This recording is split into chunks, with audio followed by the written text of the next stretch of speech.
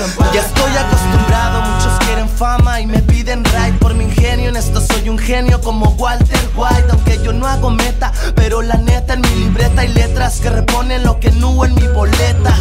Yo sé bien que les molesta que por sacar un hit nos vamos de tour y ponemos la fiesta. La música es mi dama de compañía y le hago el amor cada que compongo una melodía. Yo ando al día, para criticar tienen que escuchar. Me conformo con que siempre estén en sintonía. Cuando empecé me negaban hasta el micro abierto y ahora usan mi nombre para llenar sus conciertos.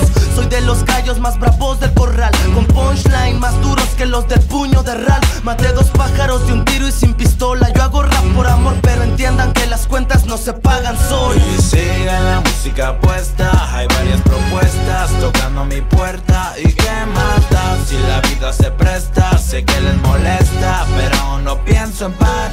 Y sigue la música puesta, hay varias propuestas tocando mi puerta. ¿Y qué más da si la vida se presta? Sé que les molesta, pero no pienso en parar. Últimamente me volví en el tema de conversación, que si esto, que si el otro, que salí en televisión, que me crezco, que soy una imitación, que cuánto por evento y cuánto por colaboración. Y aunque suene mamón, no me llegan ni aunque quieran. A estos niveles dudo que me dejen fuera. Cualquiera puede decir que me falta madera. El rap lo hago para llenar mi corazón y mi cartera. Quieren encontrarme vivo en la unidad obrera, para ser exacto, homie, en la calle Primera 163, tengo el Mercedes afuera. Ya no pongan excusas si quieren venir, que esperan. Soy yo, el flaco de OEDO, el que se metió de lleno y permiso ni les pidió.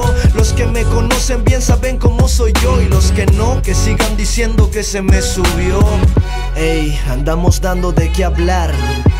Desde Stereo Music con Sparks y con Así fue como los pusimos a temblar. Con el disco 21 me apodero del lugar. Y sigue la música puesta, hay varias propuestas tocando mi puerta. ¿Y qué más da si